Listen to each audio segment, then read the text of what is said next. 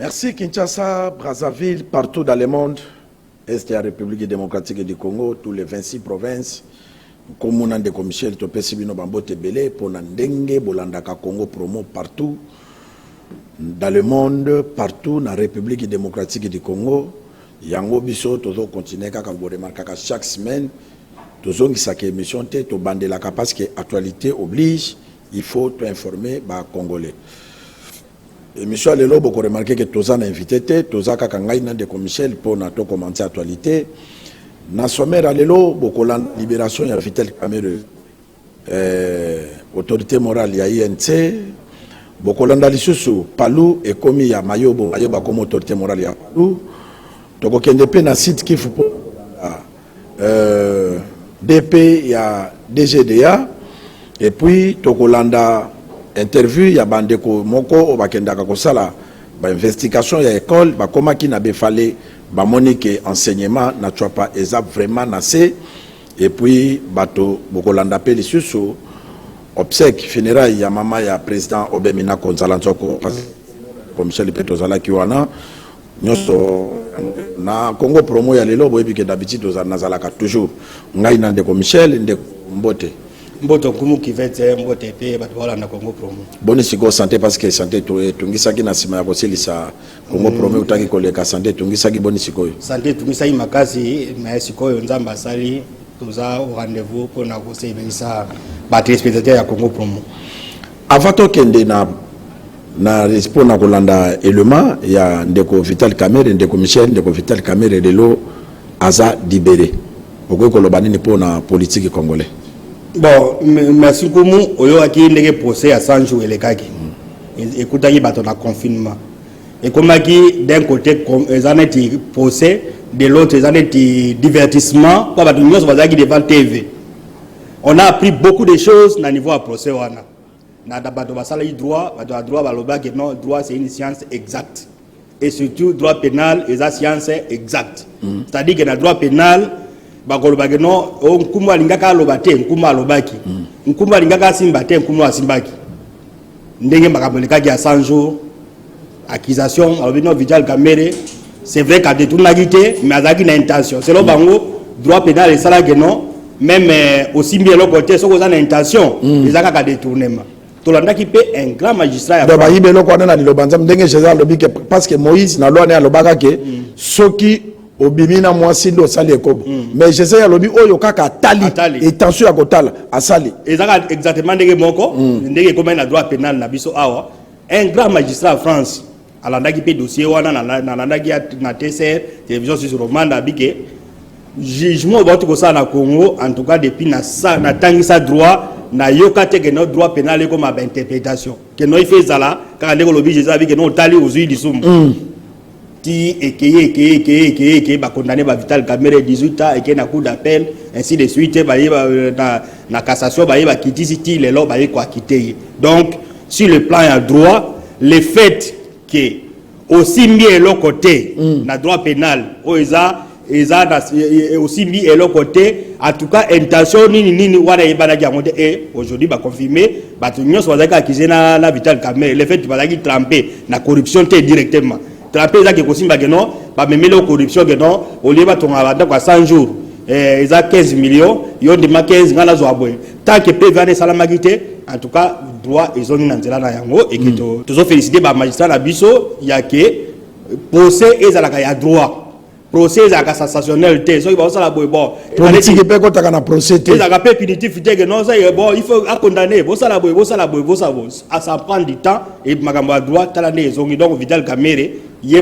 au départ abanako baza innocent ba avocat na ba bia innocent na bato nyos ba bige le fait que il n'y avait pas un document signé par Vital Kamere même au matin likolo même au kiti en tout cas qui pas bité na comment na aujourd'hui il n'y a pas coup d'appel na ba moni qui pas bité na été donc on ça ba magistrat na biso ba juge na biso félicitations ça c'est un volet où ils a purement il y a droit et puis peut-être politique mais de commissaire bato bazo commenter ba lobby comment ko considérer qu'en 2022 c'est que Kamere peut aux la candidat président de la République yango va profiter ba laver parce qu'aza muto afati ndenge zo loba mana cité très bien yango na tuko loba que non ça c'est un volet politique un volet droit mais un volet politique na socio-politique au moins droit ya mboka nyoso mokili ba s'inspira na maloba nzambe ba pays mususu ba s'inspirer na Bible ba mususu ba s'inspirer na Coran ainsi de suite yango et ça là ba constitution yango et ça là ba loi voilà document ya liboso ba to ba s'inspirer pour na ko légiférer na mokili mobimba eza makambo maloba nzambe. Deuxième document comme un document politique on va bien ya Montesquieu, il y a séparation des pouvoirs. Montesquieu a dit que non, pour que Mboké tambola bien, il faut une institution, président, cour et tribunaux, et puis institution et kabola et se protéger. Muninga mon la muninga te pour que Mboké tambola. Et puis depuis le 16e siècle, la civilisation se kende kaka et évolué soit dans la Bible, dans la Constitution, soit dans l'esprit il y a loi ya Montesquieu. Mais il y a aussi pour répondre à Mutuna nayo, il y a aussi un document oyo bato ebele basala gango attention te mais et comme guide pour na bakonza mboka. Babenga ngo Prince, document ngoza Prince Machiavel. Machiavel muta quand même mukandara. Machiavel azalaki na Italie, a mondenge Prince donc ba konzi Italie ndenge kota Valence wana de bato bazo souffrir ba konzi ba gérer mboka te tout ça à réfléchir abi nazo pesa ba konzi conseil. Donc on va bien au Prince Machiavel. Donc Prince azolo banela tous les présidents du monde. Pour répondre à la question na Fati ou bien nani. A commis na mukandara bi que non so il Prince a du pouvoir. So il presse à du pouvoir, pouvoir, il a deux possibilités. Possibilité à du pouvoir à écraser Baninganaï, à éliminer Bango Bango sont pas yémokatika na pouvoir. Deuxième possibilité, à moni Baningo Bazamo Makazi, à Tindiki Bango, à récupérer Bango Sima. À récupérer Bango Sima, parce que Baningana Bakozala important pour Naï. Voilà conseil Machiavel à Pessa Bapens. Question que pouvoir cause totalement na bato ba ideo zalana totalement na bato ba ideo tindika bato au mona bango na moi ba empêchement pour saper bato musu ba zala pembeni na yo bato ba zala utile po na yo mais au monde que ba utile lelo ba zala pe utile sima ba kende ti okozongi saka bango et tous les dirigeants du monde ba s'inspirant na Prince Machiavel mais ba Mobutu ba ngonyos au mona même ba Mobutu akanyi tizeke lelo lobo tizeke la bimi Asali opposant les lois bimilo bake ainsi de suite. Donc va s'inspirer na nini wana. Alors, ce n'est pas exclu, il y a qu'on voir un animal politique net vital Kamere oyoke carrière pendant 2 ans yango depuis ni makambo salim di baye ko libérer comme mon aye que non eza moi distraction. D'abord droit ici la veille déjà. Mais c'est un animal politique qui peut répondre à tout moment. Donc, il faut qu'on inscrire yango na cadre ya Prince Machiavel que Ozaki na ya kei akoideyo. On ne sait pas si le président Félix Tshisekedi a été aidé par Kamere ou alors Kamere a aidé le président Félix Tshisekedi. Mais ils ont un cas de réflexion où Machiavel a montré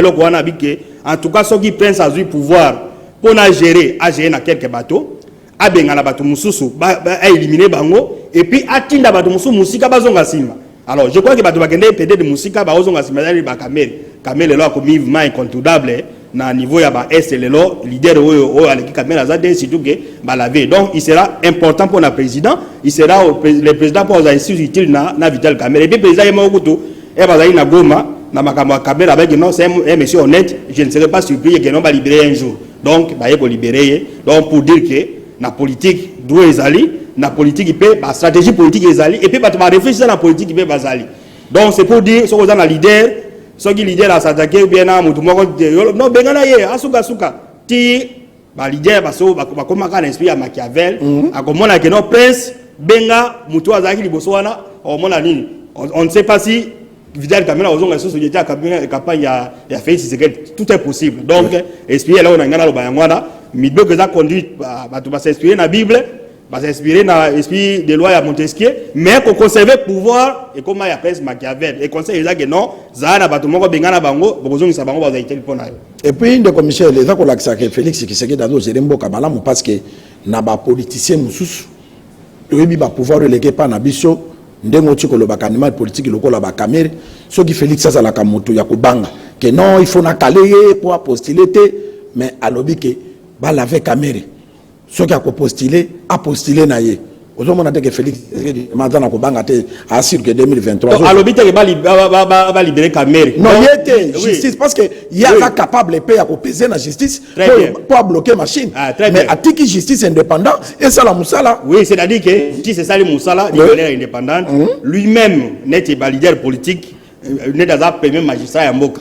Premier magistrat à Mboka, il peut ne pas pouvoir c'est le gars qui a il peut jouer la subtilité moko boye ya kosala boye mais apparemment dossier ngé ke ka ne ba magistrat basali donc au moins là que non azana sens il y a démocratie. Il y a démocratie, il y a IDPS, il y a comment là que non, ben institution ça la misala na yango. Merci. Si vous voulez écraser Kamere en tout cas, encore il faut ça là. Si tawana ngaki ça la ba même na coup d'appel ba confirmer condamnation, bazongi sur la cassation, ce serait si infernal. Et c'est pareil même na ka ya ba chef ministre nani Matata et tous les autres donc pour dire que non, en tout cas président par rapport na baninga na ye babana ko vaje na ba leader politique en tout cas il n'a pas vraiment un intérêt personnel. Et s'il y avait un intérêt personnel à Banine, même dans la loi, au moins, la loi qui est dans l'élection 2018, il y a une corruption. Moïse Katumbi, Aza Italien et tout ça. Mais la loi électorale, ils apaiser même pas la donc, c'est quand même quelqu'un qui a besoin de non la démocratie. Merci de commissaire Luangi, merci vraiment parce que Bisso Awa. Émission émission d'actualité, to l'axaka babiloko o yezali valable, to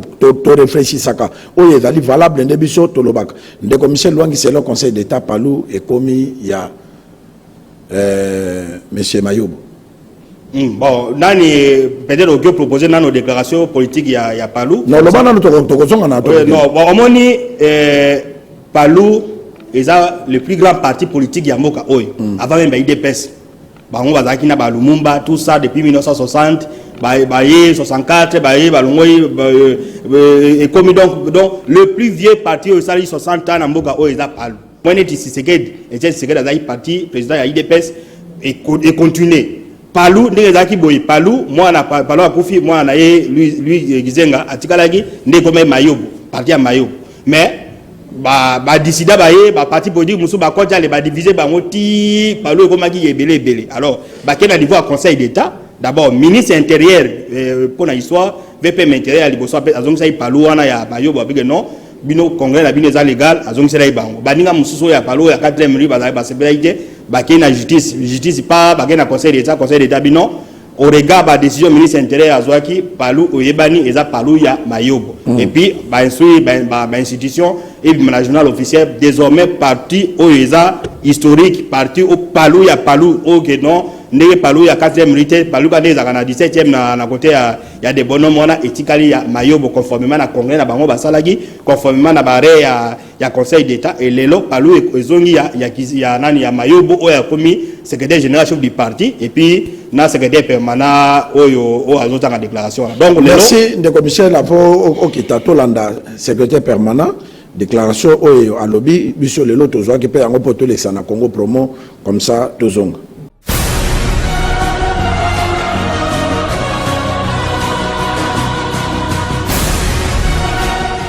Déclaration du parti Lumumba signifiée relative à sa situation politico-juridique actuelle, au retour en RDC des reliques de l'immortel Patrice Emery Lumumba et à l'état de guerre enduré par le peuple congolais. La direction politique du parti est heureuse d'annoncer que celle-ci s'est stabilisée et clarifiée à l'issue d'une décision du Conseil d'État prise le 18 mai dernier dans son ordonnance RORA 037. En effet, du 22 août 1964, date de sa création, au 24 février 2019, date du décès du vénérable patriarche Antoine Gizenga, l'inoubliable et charismatique chef du parti, le Palou est demeuré malgré d'innombrables attaques et périls existentiels rencontrés durant son parcours. Il était régi par des textes bien établis et un cadre organique bien fixé et respecté par tous les membres du parti. Après la mort du premier et historique secrétaire général chef du parti, celui-ci fut remplacé de manière intérimaire et c'est conformément à ses instructions juridiques internes, textes et mis en place ad hoc par le secrétaire permanent porte-parole, le camarade Lougi Gizenga de heureuse mémoire, qui malheureusement mourut le 1er juin 2020. Alors, un groupe de militants dissidents, assoiffés de pouvoir à obtenir de n'importe quelle manière, foulant aux pieds tous les instruments juridiques internes du parti et usant des mensonges et de corruption, ce groupe a introduit à tort de grandes turbulences dans la marche du parti qui a donné l'impression à l'opinion qu'il était divisé, traversé par plusieurs courants politiques, antagonistes et conduit par les différentes directions politiques. C'est ainsi que la direction légale et légitime, respectueuse de l'état de droit, a recouru à la justice pour un arbitrage idoine par la plus haute instance judiciaire de l'ordre administratif, à savoir les conseils d'État, seul compétent à la matière. Celui-ci, comme dit plus haut, a pris une ordonnance à cet effet. Celle-ci dispose de ce qui suit. 1. Anéantissement des effets de la décision du ministre de l'Intérieur, Sécurité, Décentralisation et Affaires coutumières contenue dans sa lettre numéro 25/VPM/Miniteur-Sadak/AOK/118/2022 du 14 février 2022. 2. Injonction SIC au vice-premier ministre de prendre acte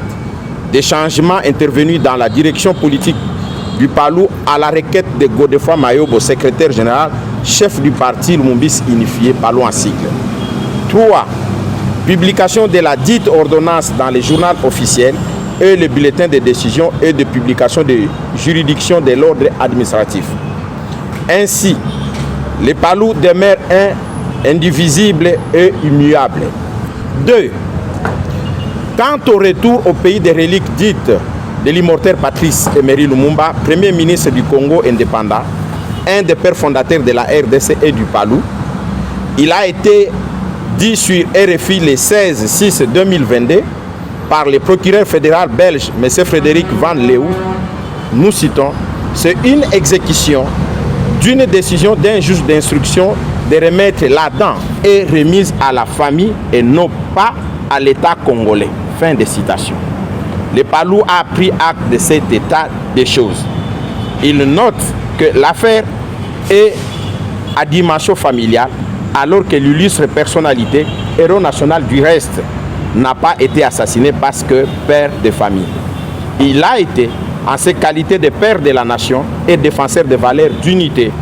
de démocratie, de liberté pour le peuple congolais tout entier, dont la souveraineté devrait être respectée par tous. Il n'y a que cela qui peut expliquer l'acharnement haineux déchaîné contre lui et ses compagnons jusqu'à la destruction totale de leur dépouille physique. Il est également de notoriété publique que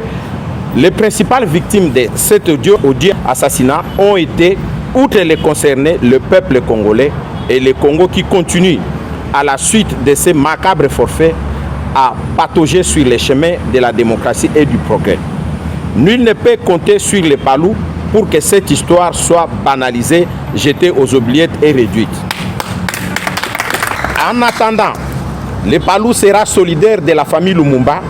dans les funérailles qu'elle va organiser. Mais il pense que les contentieux relatifs à ces crimes éminemment politiques et à résoudre avec les institutions représentatives du peuple congolais, à savoir son Parlement et son gouvernement et celle correspondante de la Belgique.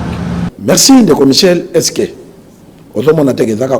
Conseil d'État et PC Mayobo, mais papo ya kalawana, o ya 4e ndenge ucholobawana, est-ce que bakosangana na Mayobo, rôle nino ko conseiller président Mayobo étant autorité morale, akabola ou bien sangisa bana nyosa palo? Très bien, une bonne question. Palou Toto Lobango, c'est un parti historique. Namboka Oyo, et que comme Mandé Gomagite, qui est comme la 4e rue, il y a un qui a Zalaki, Azaïka, qui a des bonhommes. Papa n'a des bonhommes. On se des bonhommes. Donc, ils ont tout intérêt. Il y a Kozong, il Palou et comme parce que Palou, c'est le patrimoine national, et il patrimoine, il y a Bandundu. Même si on a une élection législative, il y a 17 députés nationaux, il y a Palou, il y a Bandundu, la grande Bandundu. Donc ils ont parti, eux ils ont fait sa fierté et surtout na gungu ils ont boka ya Gizenga gungu territoire ya gungu ils ont fierté ya Gizenga. Donc batu ya Palou bazonga na Palou bazonga ba honorer Lumumba ndé to la déclaration ya Célestin Ngoma ba honorer nani patriarche Antoine Gizenga na kozonga na parti moko comme on a nani so monique bon, moi je peux donner même moi raison à Muzito, parce que Muzito était bras droit ya Gizenga, parce qu'il m'a eu d'un côté mais Muzito nani. Mais Muzito a longue à sali nouvelle et là ça y parti pour dire naï. Abige non ngai na kongina. Na kongina we na Gizenga parti na yete, na kongina we la te atikala nini. Et ça doit être inspiré par Ninga Mususu. Bati genetti conseil d'état net d'institution va reconnaître mayobo éthical. Yo so oza parce que tous ces gens là au bas. Donc on a koloba bien de Michel. Oyo Muzito asala normalement ils ont mabé parce qu'il fallait qu'akaba pelisa mo de sigamoko. Mais loko la sala ça va. Mais tokoki ko appuyer te que batuba kendo sala ba parti na bango. Ba honorer Palou parce qu'ils allaient parti oyo patriarche anyokwama et lokola lelezaka na maboka mayobo pasaka mo na bandundu. Il y a grand bandundu. Donc ça c'est l'année en division, ba sangana pona Palou vers la lisusu makasi 2023 ba ronfler lisusu oui, mais c'est ce que nous disons, c'est-à-dire que Palou et Zali et on a généalogie. Généalogie utaki et pas ya Gizenga Kufi moi na Eluja Azui, Mayobo ainsi de suite. Yango comme Palou et tika ine comme ya nini wana. Alors au lieu comme a deux Palou, trois Palou, conséquence des andé nini. Bokena ba élection ikalate. Yo yena Palou o ya bino liste o koto ba ye bokomi na conseil d'état bien na senia bien no ba trois Palou ngala ko lingate na rejeter bino. Alors bino balai bazwa banya gagna. Mais ce que vous avez besoin que nous bozala à tout prix ba chef à parti politique. So moi que so il a assimilé koto e ko simbate, ça là notre parti politique mais pour na honorer quand même Gizenga oyo à nourrir bango à passer bango ba poste comme on a éthique à tout ça. En tout cas la meilleure chose serait de laisser Palou éthique à la moko. Même attends na IDPS, bien sûr qu'ils sont au pouvoir, mais les IDPS ça ta 4. IDPS peuple. Il y a Mubake, IDPS il y a Wilere, il y a Nani, il y a Chibala, Banini, il y a IDPS, IDPS Tshisekedi, mais ça devait être IDPS. Au débat comme IDPS Tshisekedi. Parce que IDPS Tshisekedi là pour nako kolongola ba kiba ça là banana mais pourquoi aujourd'hui on ne peut pas avoir IDPS au ya Tshisekedi même ata ba Tshisekedi ba bika IDPS 4. Donc il va de la responsabilité ya ba nini voilà. Donc nous devons avoir des partis. Nakata Congo promo alto ba non partout ils ont la base belé ils ont Palou ils ont IDPS ils ont MLC alors ils ont des Palou ils ont des Palou trois Palou te Palou moko IDPS ils ont des trois IDPS te IDPS moko donc voilà ce que nous pouvons dire il y a ba conseiller ba toi Palou ba respecter l'égalité de la ligne de déclaration la bango en tout cas on féliciter secrétaire permanent parce que à respecter la presse to benga qui a lobby aza empêcher kaka na ba makambo à parti et alingaka de la mission mutu na Congo promo to loba kité déclaration makasi boye il fallait ka to yambayo pour s'adresser na ba militant na ba cadre nyonso ya Palou alobaki ke mbala ya sima akole quand même j'espère semaine prochaine to yambaye pour éclairer opinion parce que Congo promo est partout na monde baza kolanda yango to décoller muke toke na site kif to landa DP ya DGDA musala do sala comme ça tozonga. À première vue, on y voit deux feuilles ordinaires séchées. En réalité, il s'agit bel et bien de feuilles de cat, une sorte d'amphétamine naturelle. Mieux, un stimulant du système nerveux qui provoque chez son consommateur de l'euphorie, voire même de la dépression. Un produit dangereux pour la santé publique dont son commerce est interdit que des individus non autrement identifiés ont importé d'Addis Abeba, transportés par Ethiopian Airlines dans plusieurs rotations, entreposés dans les installations des concessionnaires Pacific Trading, chez Bolloré Africa Logistique, d'autres enfin aux entrepôts publics de la Poste à l'aéroport international de Djili.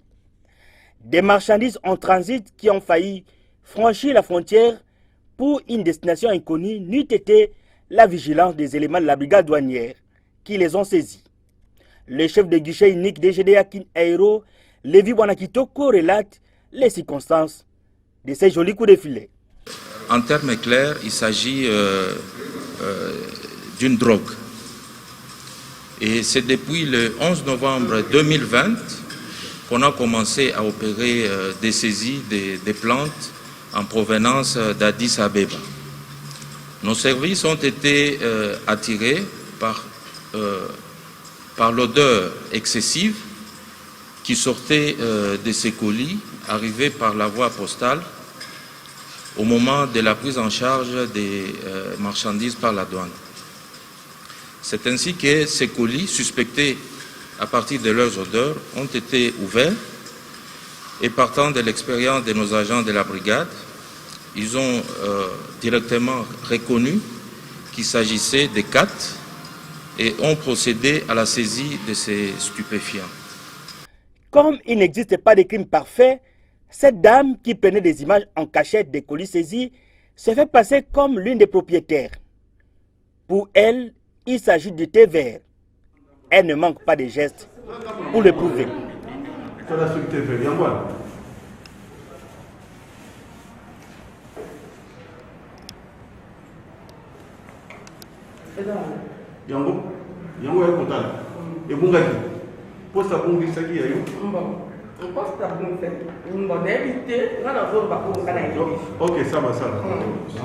Les dérivés des feuilles de carte sont vendus sur le marché européen de la drogue sous forme de poudre. 1 kilo de feuilles naturelles de carte peut avoisiner $1000 américains. Les 2006 kilos saisis par la douane de la RDC coûteraient sur le marché noir jusqu'à $2 500 000 américains. Avec ces énièmes saisies de produits prohibés par la législation nationale et les conventions internationales, la douane de la RDC et l'ensemble des douaniers sont déterminés à décourager tous les hors-la-loi qui s'hasarderaient à considérer la RDC comme intérêt conquis pour faire passer leurs marchandises illicites vers le reste du monde. Merci, le commissaire Rolandi DP à DGDA Kunana Sud-Kivu. Réaction à eux? Bon, wana élément oyo DP Bonakitoko a commis le provincial DGDA Sud-Kivu, mais sous-directeur à Kinshasa na Kinairo a bundé na lutte contre la corruption, fraude à l'aéroport Anjil. Akangi ba diamant, akangi ba or, akangi ba nini reporter d'auto mona on a fait des cartes. Fait des cartes déjà neti bati.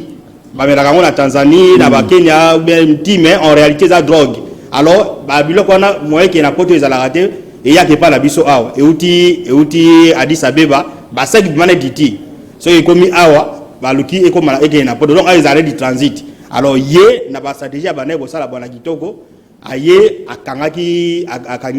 masaki nango wana akangi biloko ebele donc na niveau ya kina aéroport en tout cas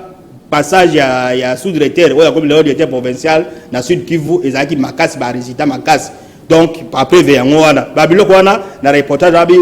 plusieurs millions de dollars. Mais il y a moni millions, tu as dit que non, doit na rôle nango ya ko protéger frontières, à ko protéger sécurité, et puis na makambo ebele. Donc, Moussala Bane ko sa na Kinshasa, en tout cas, directeur général ya DGDA a honoré à Kolongoli sous-directeur, lelo a commis directeur provincial na Sud Kivu. Donc, Moussala Bane ko sa la awa,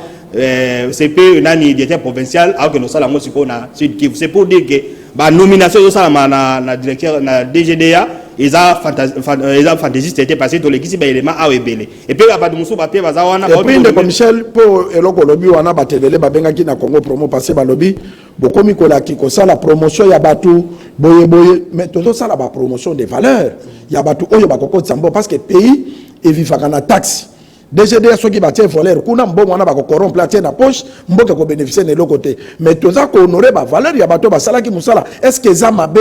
ko honorer bato basala ki misala ko lakisa bango na mokonza mboka ke il faut bato abongo nde baza na ba poste clé pour na recette ko ta na mboka so muta lobelo ko wana c'est une distraction bien éviter obi ke na budget ya mboka la biso plus de 45% za mbongo uta na recette à douane oui plus de 45% lelo DG bani ko mata parce que IGF fasali musala imponet il y a échéance fiscale à mois d'avril, bon, et ainsi de suite, mais contribution,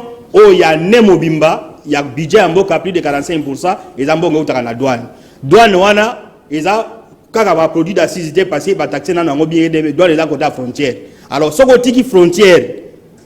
pour les, au tiki agent,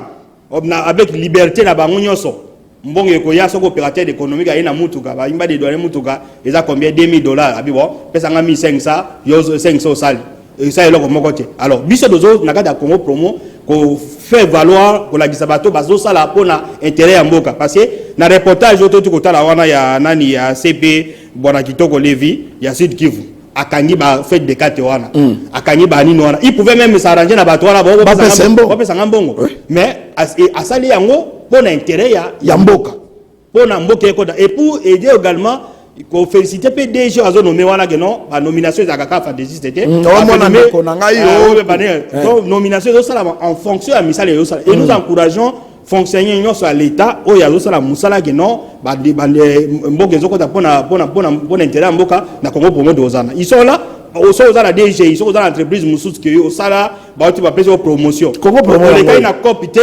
aussi au sala net de kobale vibasali, tinde élément là auto koloba, to ça to valoriser yango. Donc tout ça là pour la promotion à bateau lutter contre fraude parce qu'ils sont de nombreux, même na badouane ou la région ba fraudeur pe bazali bato ba la corruption pe bazali bato malamu pe bazali bato malamu yango il faut ça misala bango ça parce que douane ndezo simba économie en mboka douane ndeza na entrée belé alors ceux qui ba douanier baza bien occupé té ceux baza bien encadré té en tout cas au moins la genom bonge comme ya ba douanier et puis l'état a kozali et puis l'état a besoin d'argent ya ko financer guerre ya ko financer élection ya ko ça bani alors ba ressources propres et utaka mingi na douane alors ceux comme moni que tolo bela bato non wana ça c'est merci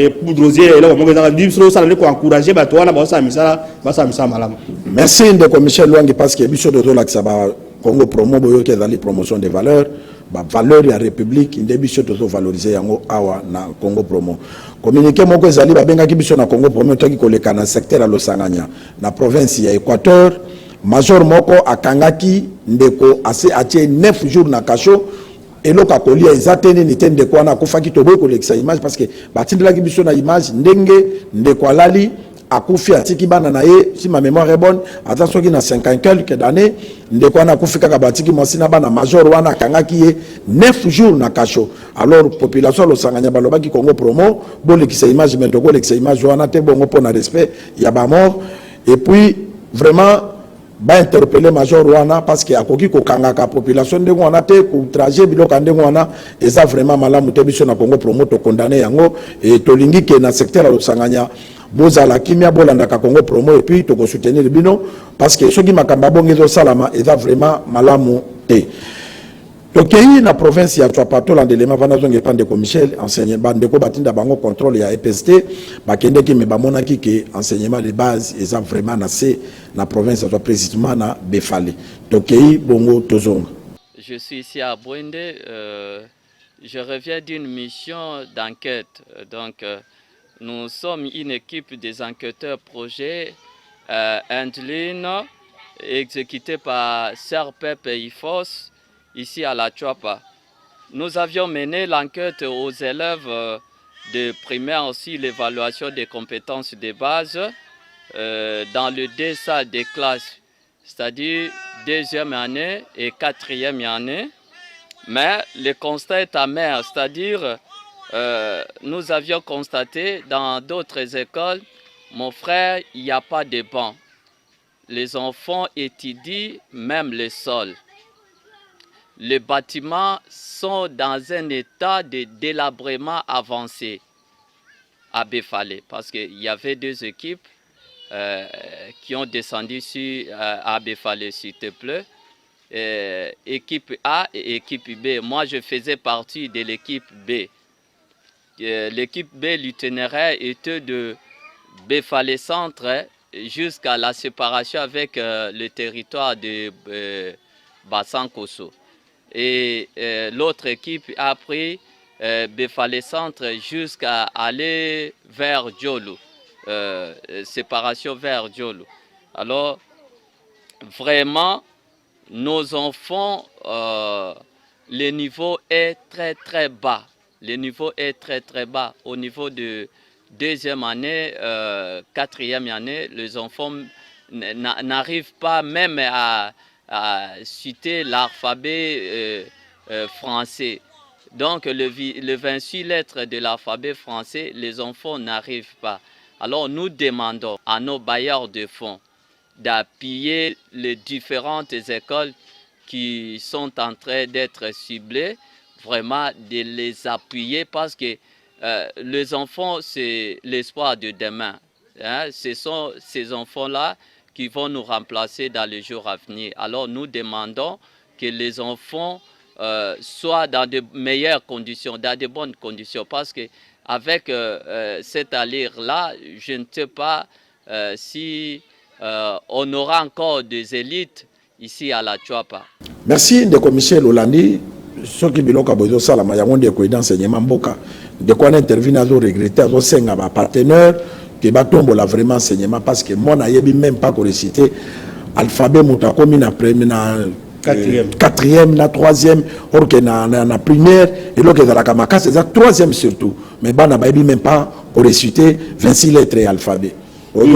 Merci beaucoup. Avant le barrage, on a communiqué au PC Andeko à Koufayuana. Donc, biso na Congo promo awa. Tous a inondé na ba image zo ebele. Il y a ba province union sur bazoti na biso ba image abino bande ko na biso bozo sunga biso tout ça. Nous sommes en train de faire un travail apparemment bénévolat mais tout ça ça va te ebele. Donc toi là ba dossier pour te ebele, il y a ebele, il y a nini ala. Donc bon musala Congo promo zo ça là et les gens nous font confiance. Na ko so on a élément wana mais tout a fait élément moko ya dossier il y a éducation et ko za pour la semaine prochaine. Kama kama enseignement. Ozo ba ke nani série moko ba désactiver qui ba Jean il y a ses copés on a tout ça na batinda ki na province à Twapa alors batinda biso ba document que non ba toana bazaki na bango na parce que bango ba loba ke buli ba konga no ba illettré no ba sanzemi mais batindi na ba diplôme na ba notification na bango mais ba bi que non muto azo bloqué et ça directeur national à SECOP alors biso na besoin équilibre to benga ki directeur à SECOP to zina no yete mais semaine prochaine. Ce que non, il n'a rien à voir na dossier. Alors à ce moment-là, tu peux y document batoana au bana droit passer les salaires à un caractère alimentaire. Yo que l'on a musala teka bonanani donc ça fait partie à force et à Congo promo au batwazo sala biso donc bande ko abwende boze la biso to renir ba élément semaine prochaine doya le bala dossier wana alors na dossier oh il y a enseignement ça fait enseignement aussi c'est quelque chose d'intéressant pour Namboka donc d'un côté bande ko to ebi bangote alandi Congo promo à partir à Befale nde atali atindi vidéo wana bozota lango des amateurs la téléphone biso peut exploiter ngo to la kisi parce que les intérêts ya mboka vous en a parlé de oui c'est la même chose na o abeng na boende to ebité bango bata la biso na TV c'est normal mais ba dit que non o ki balo ba ko que non radio na biso do sala do ba benga ngo radio donc ba sala pour mona que non tozo pesa bango ba condition te nini bango ba isal alors awa gouvernement le président a donné une bonne idée ya ko bana bazon au moins 4 millions na ba école pour na makama gratuité bana batango le bazaka ndenge salame mais on devait suivre la construction à l'école il fait ça là au moins programme mo kezaki awa ya ba 1000 écoles ya ba série ya ba matata wana ce sont des programmes lingaki continuer c'est-à-dire que d'un côté bozozo abane belé de l'autre il faut pour renforcer ba structure d'accueil quand on a ba école ba centre de salame belé ba mais il faut qu'on a ba école il faut que motiver ba enseignant tout le monde a peut-être ba futa makapete peut-être ba na ninité tout ça alors au moins que enseignant azo motiver makasité qualité ya conséquence aux na qualité enseignement même à la Kinshasa au moins dans une salle de classe 80 élèves à la Kinshasa 80 enseignant même la gratuité en autant que ça ndenge base fondamentale les école première donc alphabet on est à la quatrième unité alphabet ça appartient à première primaire moi il faut à la mesure ya koyeba alphabet na première primaire na deuxième abani ko tia ba a abano ko koma ba kombo tini alors biso ba tine biso élément nous avons trouvé que non c'est quand même intéressant plaidoyer ya kosenga gouvernement central kosenga ba banque mondiale ba partenaire ba tala non le côté ba non ba de kona biso ba gene ko sa banquette wana ba activer ba pesa bango ata quelques écoles ko réhabiliter be baba ba place to moni bana na ba otanga na mabele mais ba nzete za wana c'est ce que nous avons dit na Congo promo awa ba nzete zali mais nous devons transformer ba nzete comme ba ban et comme ba ba donc ba na moni ministre ya EPST bazo ke ne ko kabola ba ban tout ça bani mais ba ke na ba province ba ke na ba province ba nzete zali au lieu de ma ba kinene ba kenena na donc kana ba si ba sieri bo sié bo sali ba ban c'est facile au lieu de olonga awa ikena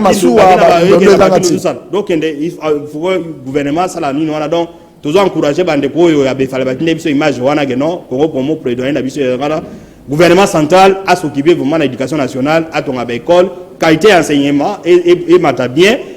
que ça soit na mboka wana que ça soit na Kinshasa pour que non bana oya lobby ya biso batanga na ba condition bien et c'est le travail que Congo promet de faire pour na bana baza na condition bien et que mbela na bango comme pas ba condition. Merci de commissaire toujours le baka pour la province à Twapa et na bande ko babenga ki une émission on to lakisaki ndenge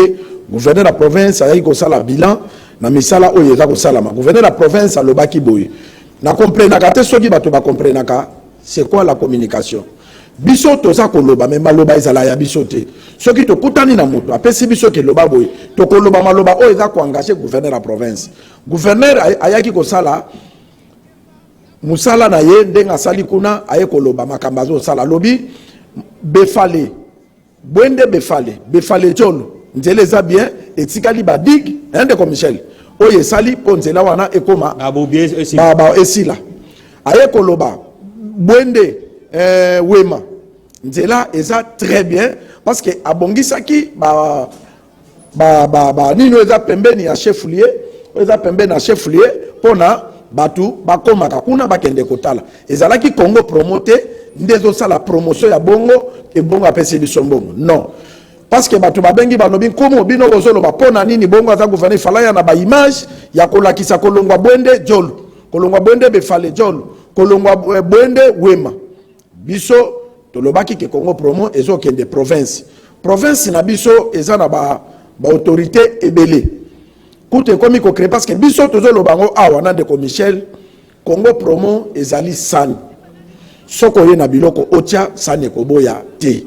biso toza mutu ya mutu te tozali ba journaliste tozo sala valeur ya mboka na biso oya ye pa na biso ndenge gouverneur bongo ayaki abengi Congo promo tokei to landi réconciliation to pas to landi biloko o chef de l'état to sala na to pas toye to lekisi yango donc ceux qui ont un problème na yo s'attaquer na bongo ou bien na mutu mais na province biso doza na problème biso dozo sala pona mutu te dozo sala pona intérêt général il y a des gens balanda kaka ba kota mike bo sala ki boy wana vraiment tali biso te boy ko lo babozolo bakaka bako kende chopa oui oyebi chopa za lokola mbandaka te chopa bavio chopa eza trop cher koleka bavio ya mbandaka poto kendi photo réunir ba élément to sala boy alors to kende comment on appelle ba autorité mususu ya province oyo bakosunga biso même ba dignitaire ya province ba cadre ya province pona to koma to silisa makelele wana biso moko tozo mutuka kolongwa Bwende ti jol toko tozongi jol Bwende tozili lisusu Bwende ti wema tokoya na ba image na toyo la Sabino mais boza la rigueur envers biso te parce que tozo sala intérêt ya muté tozo sala kaka pona intérêt ya mboka tango mokonza mboka zo ko tia makadami na ville ya Bwende e ko sala kaka bongo muto tambola te e sala kaka ba député nationaux be ba provinciaux be ba sénateur te na biso ba journaliste na ba sali bilanga na munyo to ko bénéficier na développement ya province ya Chop donc biso ali anet ndenge to gena site soki de lombongo ezo kota na mboka bakotonga banzela République démocratique du Congo et ça la kaka Congo promoté d'abord biso do sala musala bénéfice to sala kana société mon côté loko mon côté to sala pona ko aider bino boye ba bolingo ya mokonza mboka na ba province ndenga zo sala misala donc Congo promo et ça ndeko commission soko ba seloko na ba qualification ba pesa biso oui bon eloko lobi wana c'est fondamental c'est pour dire que Congo promo ezolandama ezana oui. Ce qui est Congo pour moi lobby likambo bato bayokaka yango bazongela biso mais ndenge nini botiki gouverneur alo baboye tout ça makambo lobaki wana moi aussi j'ai reçu les mêmes appels biso to tikele gouverneur c'est pas nous qui avons organisé l'activité gouverneur a organisé l'activité na biso sommes des journalistes na kati wana il y avait des députés des sénateurs biso gouverneur ko conseil on a mdosa la part na ye to lobby oyo ya qui so ya lobaki alors yo so monique makamalo ki azokosa ils ont la responsabilité de biso te mais nous notre responsabilité eza pe que ya kokene na source oti koloba ba nini nous pouvons aller dans nini mais kokene kuna to kokene na confrontation na gouverneur te bo yo lobaki boy awa eza nini non to kokene la kisa oyo mona kokene na banzela wana eza ba mituka eza ba mbula eza ba nini tozo reni ba moyen malamu alors si vous avez un problème particulier na gouverneur kotia ngona Congo promoter Congo promo yo aza pona ko servir mutu nyonso aux à la ministre aux à la président aux à la nani c'est pour aux à la président parti politique Congo promo mais ça yango yo Congo promo za mutu nyonso yo mona teke non so ko bengi le Congo promo et comme yayo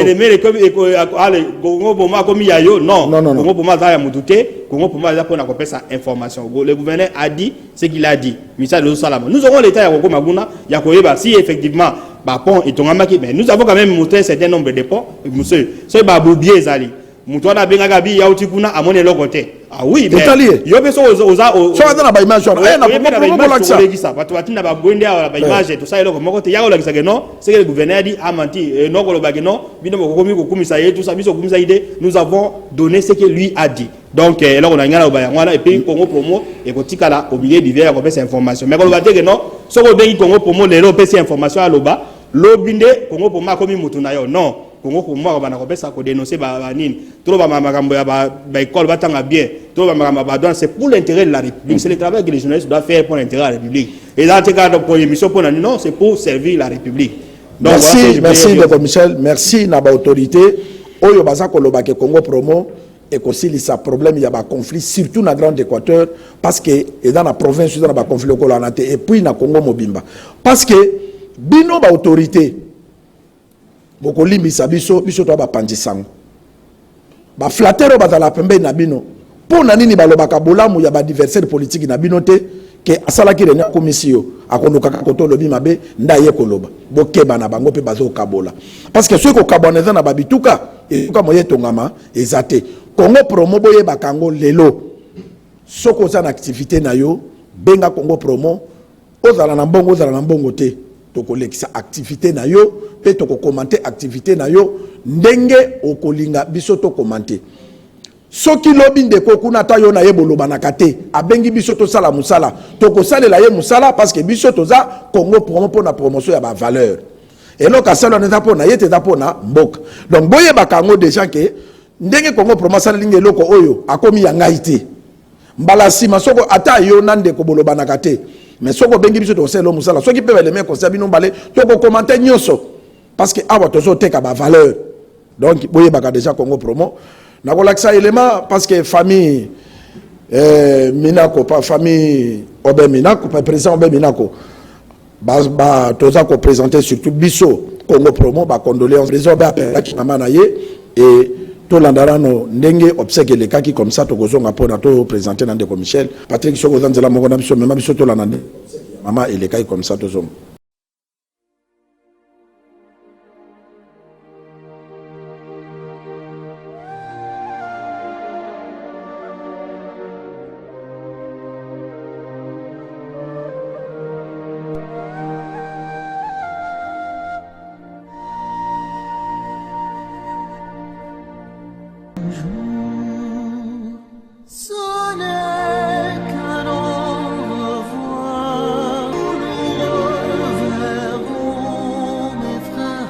Maman Blandine Minaku.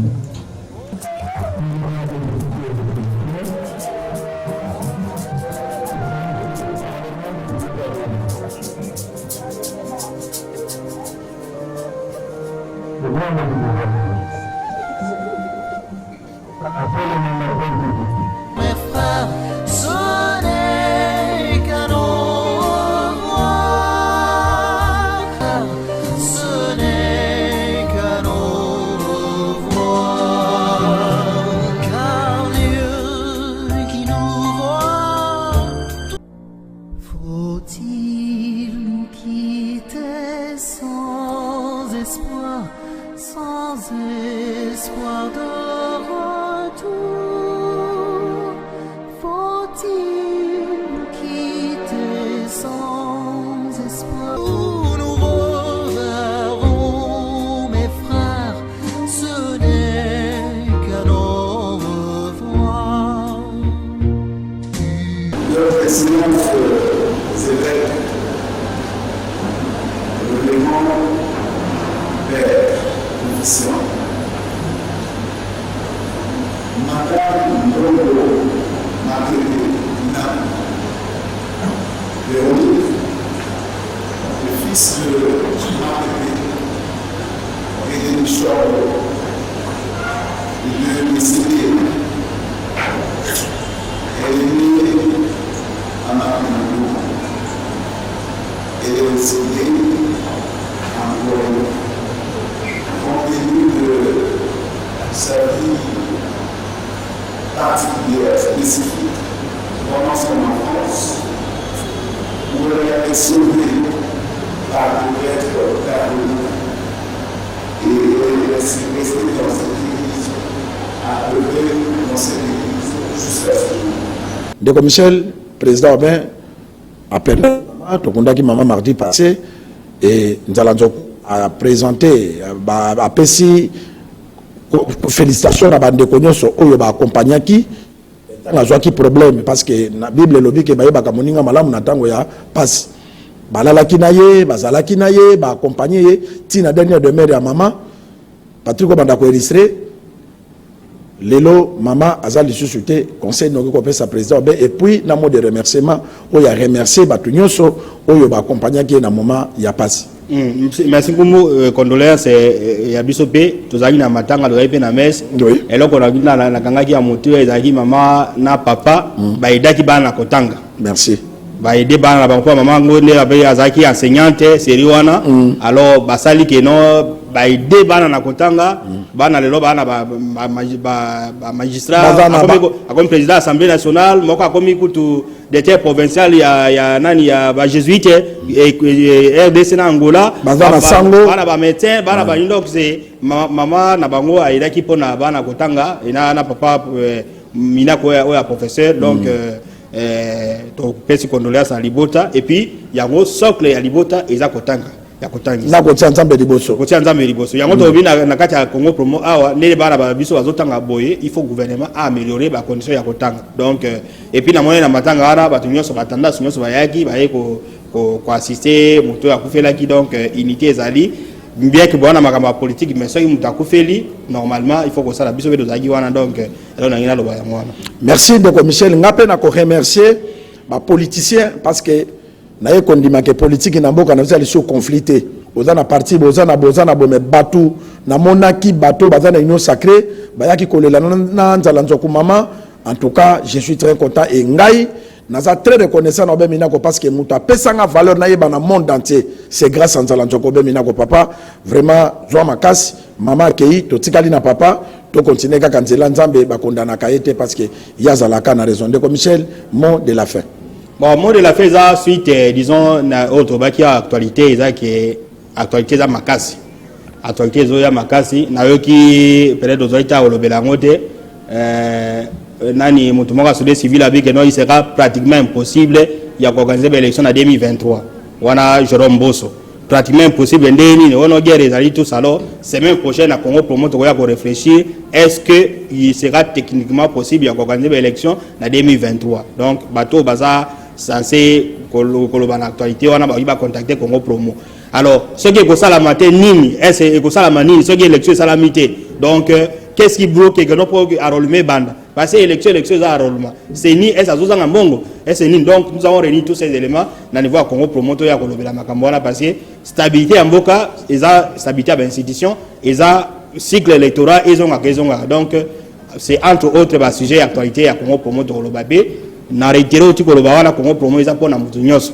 soko yeba partenaire na biso bayeba pesa biso musala to sala bango bien au-delà même na batante na bango même soko yoka n'est pas mutu yoka na mutu te boye beaucoup de na belema o yoko za la satisfaire et c'est ce que nous allons faire pour gagner une mettre dans la compte ya mutu to sala pona ko satisfaire ba public na biso et puis na ba dosa biso confiance. Merci de commissaire na kolobaka ke to bosana koloba pene émission za na raison de commissaire bato ba benga ki peke biloko ya aéroport gouverneur alobaki eza na port o ya linga kende ko filmer mais biso na notre zui permission te toto senga na gouverneur la province parce que autorité comment dans la cas difficile bato bakolanda ba permettre biso to kitakuna na masuwa ndenga lobaki to zwane fiske image wana parce que bata to pebele ba benga balingi ba mona so biloko ngore yele me continue na masuwa bato pe bakoloba et puis ce sont les mêmes qui ont dit que no bino ba makambo ya aéroport tout ça mais ba bisa pe ba officiel là que non bala qui s'appelle biso ba image biso be doza po baloba ko no boloba makambo ya aéroport o boda ba jalo bani biloko ezali gouverneur alobi biloko ezala masuwa nous ne pouvons pas aller de notre propre gain na masuwa au filmer bamususu baloba ki pourquoi bolobi ke biloko aéroport balakisa non biso tozo loba po na suivi to lingi ba éléphant blanc parce que soki tikali éléphant blanc bato ba ko perdre dans la province à Tchapa to lingi soki ba activité salami esila toza contre mutute parce que ba dignitaire nyos ya Grand Équateur même ya Congo et ça surtout parce que soki to lobela Tchapa et ça peut-être pour ça ba mboka biso to botami mais toza po na Congo mobimba sikonde to na plateau et ça na autorité moka kolobate ke non nkumu ki fait tu ben de commissaire ba na bureau nanga batonga mutuboy te po to kota kana ba porte nyos soki toza na besoin gilondo to kokende to na besoin wili ba konga to kokende to na besoin profunzoli to kokende toza na besoin yekoto anko to kokende toza na besoin ya na bosa lisuna ya bongo ko to kokende to na besoin ndeko to tanga kaka nyoso non tanga Louis Blaise Londolé to kokende nani mususu ndeko Michel et suka ta bon même pas ya règle na biso René Lokwa to kokende et pas babunya ma to kokende